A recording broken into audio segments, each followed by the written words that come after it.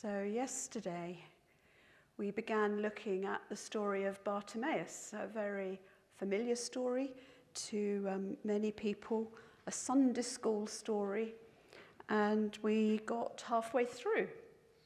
So we're going to look at the rest of Bartimaeus this morning.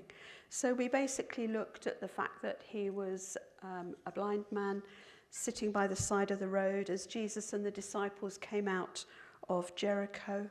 We looked at the fact that the words used in Scripture mean loss of vision, but they might also have meant a mind blindness, which would have perhaps caused some difficulty in relating to other people. We looked at the fact that it was ironic that he was blind, but he was blind to the crowd in the sense that he would have been unseen as they passed through the streets on their way to Jerusalem. And we looked at how he shouted out to Jesus, and his shout was a heart cry, an inarticulate cry of the heart. It didn't have words attached to it, particularly that heart cry, and yet somehow Jesus heard it above the babble of the crowd. We wondered whether what Jesus had heard was the emotion that was carried in that heart cry rather than the words. And we paused at the point where Jesus stopped, and we kind of left it that Jesus might stop, would stop for us. So I'm going to read the story again and then pick up and carry on. So this is Mark chapter 10 from verse 46. Then they came to Jericho as Jesus and his disciples, together with a large crowd, were leaving the city. A blind man, Bartimaeus, which means son of Timaeus, was sitting by the roadside begging. When he heard that it was Jesus of Nazareth, he began to shout. Remember that raven shriek? Jesus, son of David, have mercy on me. Many rebuked him and told him to be quiet, but he shouted all the more, Son of David, have mercy on me. Jesus stopped and said, Call him. So they called to the blind man, Cheer up, on your feet, he's calling you. Throwing his cloak aside, he jumped to his feet and came to Jesus. What do you want me to do for you? Jesus asked him. The blind man said, Rabbi, I want to see. Go, said Jesus, your faith has healed you. Immediately he received his sight and followed Jesus along the road. Yesterday I said that this was a story of 3 miracles. Well, we haven't seen any of them yet, but I think we will today. Jesus said, Call him. 1 minute, the crowd are chiding him for shouting out. How fickle the crowd is. Jesus says, Call him, and now they're saying, Cheer up, on your feet, he's calling you. Come on, let's kind of get you to him. Cheer up actually is not a good translation. A better translation is take courage, take heart. So much better than cheer up. Take courage, take heart. I wonder if there is something happening for you in your life at this moment where you need to hear those words from God. Take courage in this. Take heart in that. I see you. Bartimaeus leaps to his feet and he throws his cloak aside. He wastes no time in coming to Jesus. And as he does, it says he throws his cloak aside. It literally means to cast away, like he's on a boat and he's thrown his cloak into the sea. It is the action of someone, it's an abandonment of his cloak, really, in such a way that he's never likely to see it again. Think of the crowds, be trampled underfoot before you could blink an eye.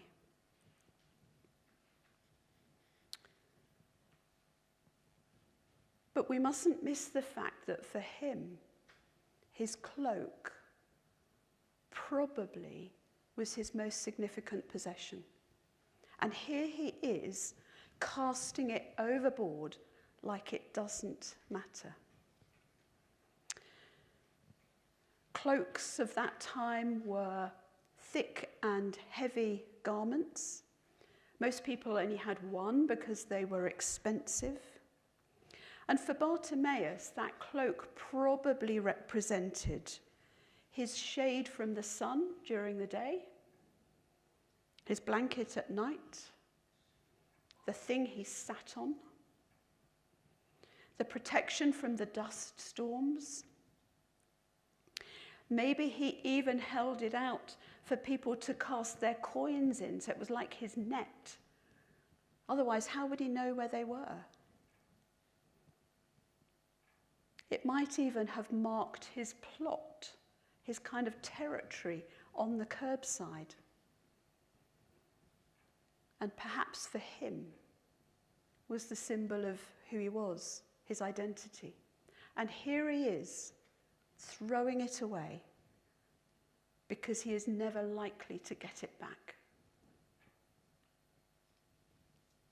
Is that an act of faith in response to the invitation of Jesus, that something in this encounter is going to change and he is not going to go back to that spot? Whatever happens, that spot is not going to be there. One of the commentators said that Bartimaeus comes to Jesus at this point without his cloak, symbolically naked. It's quite a phrase, isn't it? Bartimaeus comes to Jesus symbolically naked. He has nothing, absolutely nothing. And the one thing he did have, he's just left behind.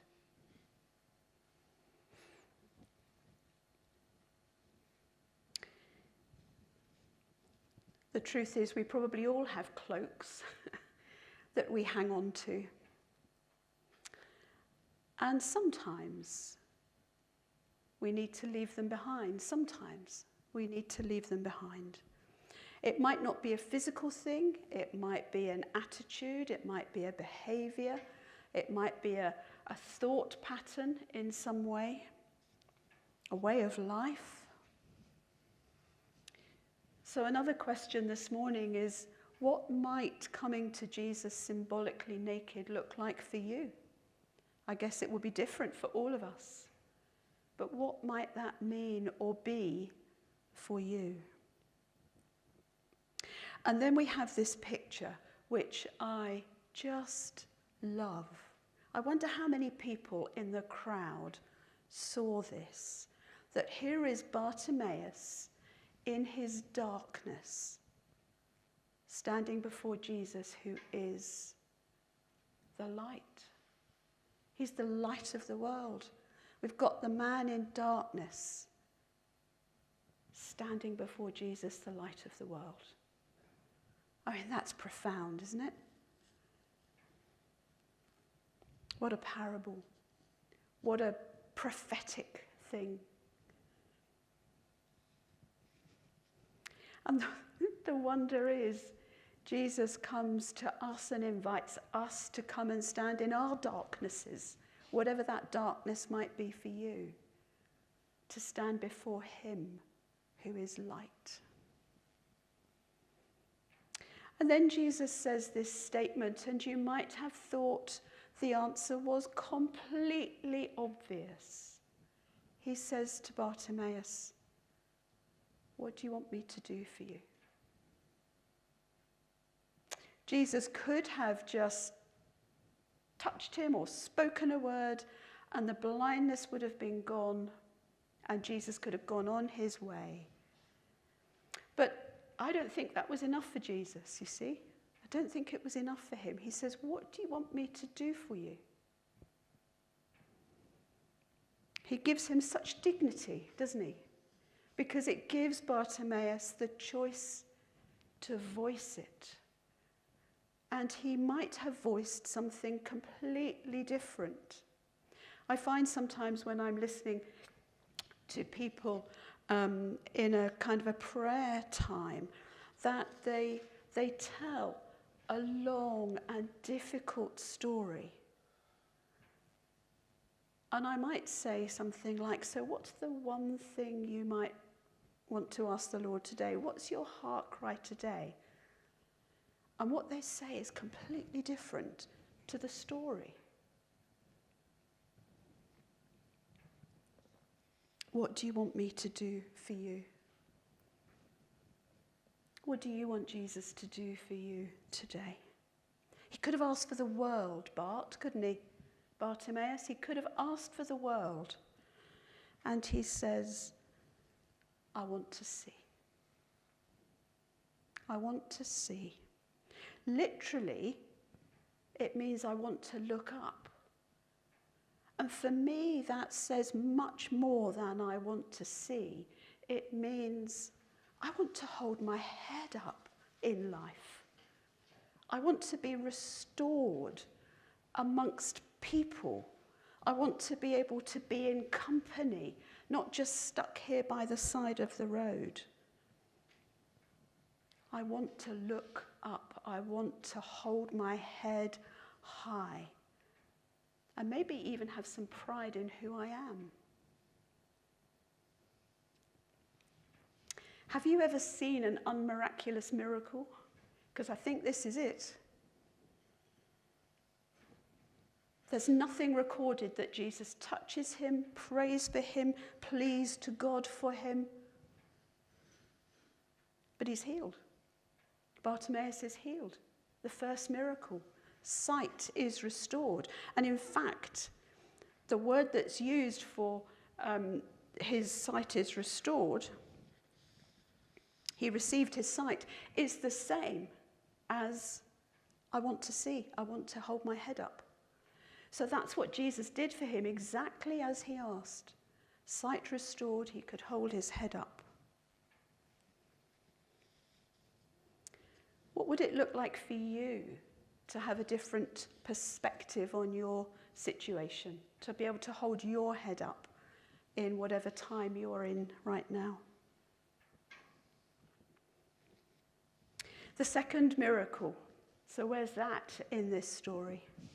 Well, Jesus says to him, your faith has healed you. I wonder if that makes your heart sink. Have I got enough faith for that? Have I got enough faith for that?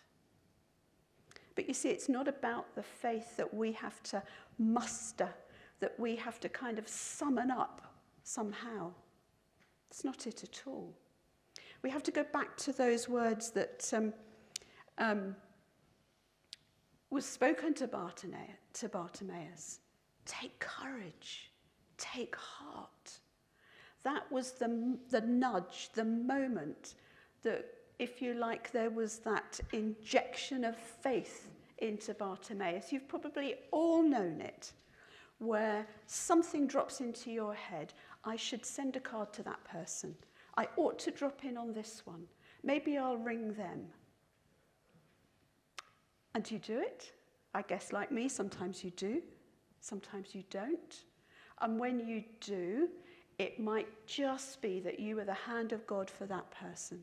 You may not even know whether you were or you weren't, but somehow the muscle of faith gets exercised a bit, doesn't it? And faith grows. That was the nudge for Bartimaeus. Take courage. That was the faith of God implanted into him. Faith is not our business. Faith is God's business that he gifts us with. We just have to exercise it. Your faith, the gift of God, has healed you. But he's already had his sight. So what does this mean? There are several words for healing that are translated healing in the Gospels. Don't know if you knew that. And sometimes all we see is healing. If you read the story of the woman who touched the hem of Jesus' cloak, healing is mentioned 3 times, but the 3 words that are used in the Greek are different. It's interesting to look at. Your faith has healed you. This is the word sozo. If you know the word sozo, this is the word that means salvation and rescuing and saving. To be taken into a spacious place. This is not just the physical restoration of sight. This is the gift of salvation.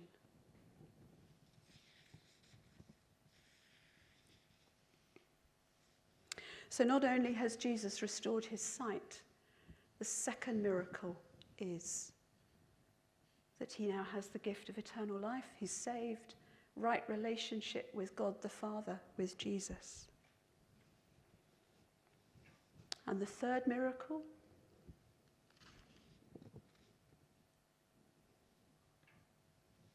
go, said Jesus, go. That kind of sounds like, go away, I'm done with you now. You've been healed, off you go, live your life. Actually, it means so much more than that. Go, said Jesus, your faith has healed you.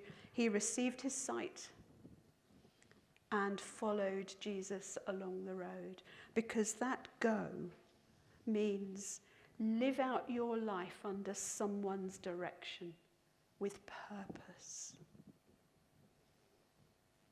And when Bartimaeus follows the crowd, follows Jesus, he is no longer a roadside beggar. He has a community. He's been restored relationally. He's got his sight. He's got a faith in Jesus. He knows who Jesus is. Somewhere along the line, he may have had family and friends back there. This is new life for him. He has a community to which he can belong. Socially, relationally, and vocationally, he has purpose. Bartimaeus, the story of 3 miracles, and what a transformation.